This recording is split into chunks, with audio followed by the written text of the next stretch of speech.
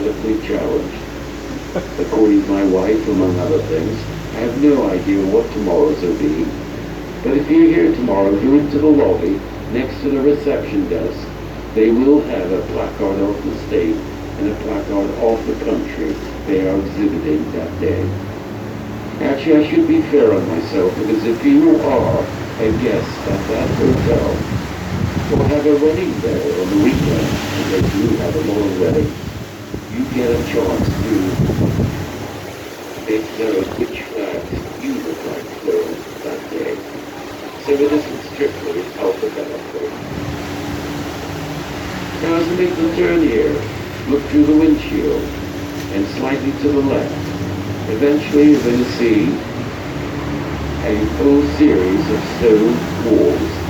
This is the Witch Trials Memorial. And if you go in there, you will count 20 stone benches.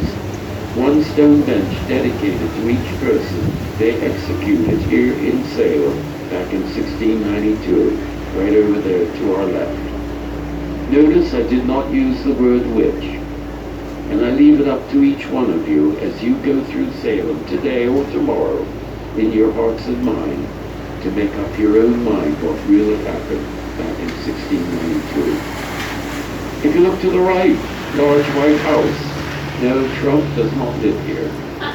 This White House was built in 1800, 255 miles west-southwest of Shanghai, China. 8 generations of Chinese lived in that very building when, about 19 years ago, it was moved stone by stone from China to the side of the Peabody Essex Museum, where you can go through it today. Now, I'll be honest with you, I'm a ship and plane guy. Buildings, But you know something? I've been through that building twice. That is how fascinating it is. If you look to the left here, it is the second oldest burying ground in the United States. Many famous people are buried here, including John Hawthorne, the hanging judge, a gentleman that crossed over on the Mayflower.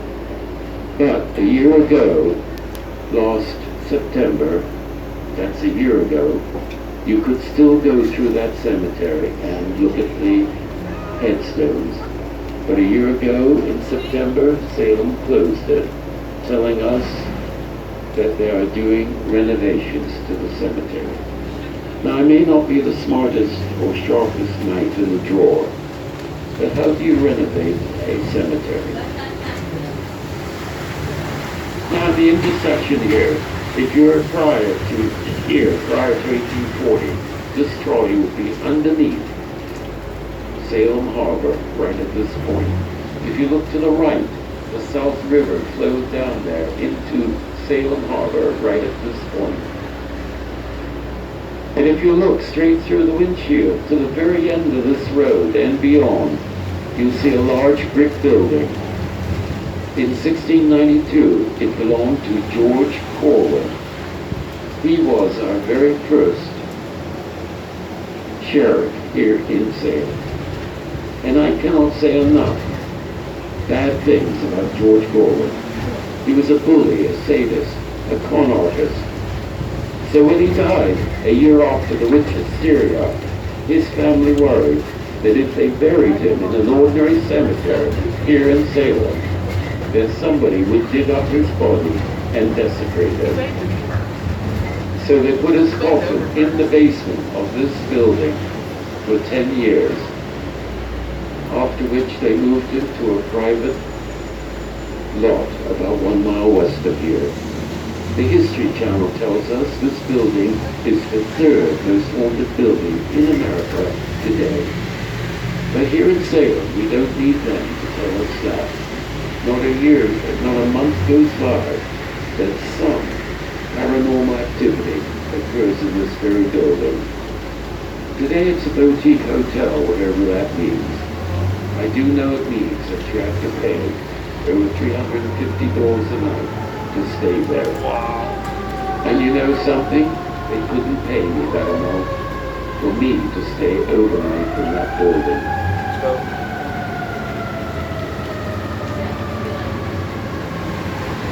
If you look to the right and forward, large brick building. Look at it carefully. You'll think it's a hotel. You'd be church rather. You'd be right. Up until 1900 it was a church, and it was sold to the Daniel Low Company. And the Daniel Low Company was America's first mail order company, even before Sears and Roebuck and Montgomery Ward. And also to our right, handsome granite-faced building with a wooden door. It is today's City Hall. It was built in 1837, but I'm going to pronounce some words over you that none of you will ever hear again in your lives. If you do, come back to Salem. I'll buy you a lobster dinner for two. This building to our right was built with federal surplus funds. Not going to happen today. Now I'm going to make a sharp left turn here. When we do, on the right-hand side, we will be approaching the Witch Dungeon Museum. It is here, in period costume, so you feel like you're back in 1692. They reenact the exact transcript of two witches' trials, Sarah Good and Elizabeth Proctor. And at the end of those trials, they will lead you down to the basement of this building, where they have a replica of a typical 1692 New England dungeon right here. Now I should tell you that in 1692 dungeons here in New England, I believe it was America's first attempt at sushi. The reason is every evening, they fed their prisoners live lobster. It got so bad that there is still a law here in Massachusetts that says it's cruel and unusual punishment to feed lobster to prisoners more than 3 times in a row. And if you look to the left, you see the Wellesley United Methodist Church. Look at the stained glass windows. You'll notice most of them are covered by plastic. For a good reason. Those stained glass windows are original Tiffany stained glass windows, and in my estimation, they are near priceless. Now you all know that churches are closed on a Thursday, but I've been told if you go to the church office on the side in Austin, they will let you into the name of the church, and even on a cloudy day today, those windows are fabulous. If you look to the right here, this building is the witch house. The original house started in the 650s. I'm going to tell you more about the witch house in a few minutes, but right now I will tell you no witches ever lived in the witch house. And to our right, large white mansion. Has anyone on this trolley ever seen the film Hocus Pocus? Remember the scene where Bette Midler goes to a private party and they steal her broomstick? Well, they filmed it here in front of the Rose Mansion at midnight.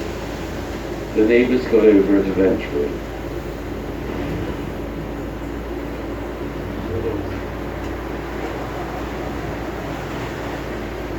Okay. If you look to the left, the very first brick building we come to is the second oldest private library in America today. Still in operation. Many famous people over the years have used this library. I went into it about 3 weeks ago. The library, right there. Also to the left, large, yellow mansion. It belonged to George Parker. And when George Parker was only 16 years old, he developed a poetry. And if anyone on this story, tell me what that poetry was. That was his home to the left there. Fabulous home. And if you ever play trivia, I hope I give you some money. Because his very first board game was called Banking. Banking. I think it morphed into Monopoly. I'll leave you my address in case you will. 10%. Need that money. Now we're about to make 2 quick left turns here. When we do, we will be on Chestnut Street.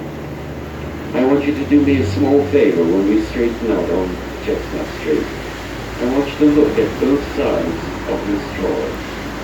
I think you're going to have to agree with me that the homes you are about to see now are magnificent.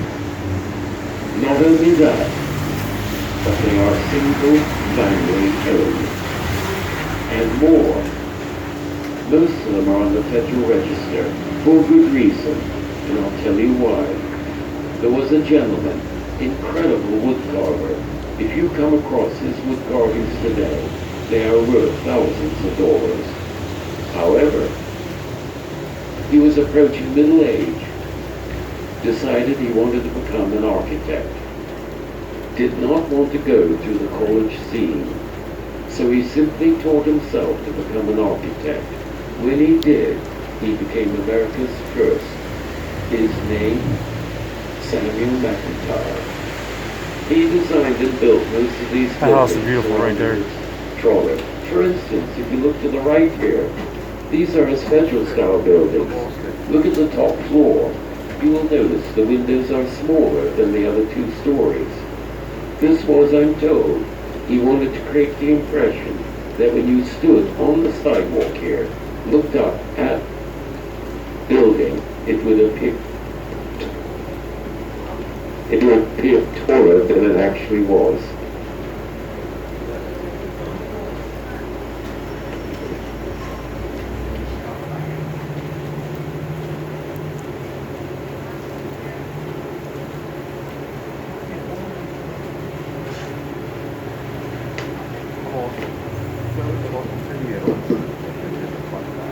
Sorry about that. Sometimes I think the trolley is haunted. We possibly could be on a haunted trolley. I don't blame you. Should try 3 hours sitting here. Sometimes I get off like a cripple. Now, as we move down Chestnut Street, I should tell you that this line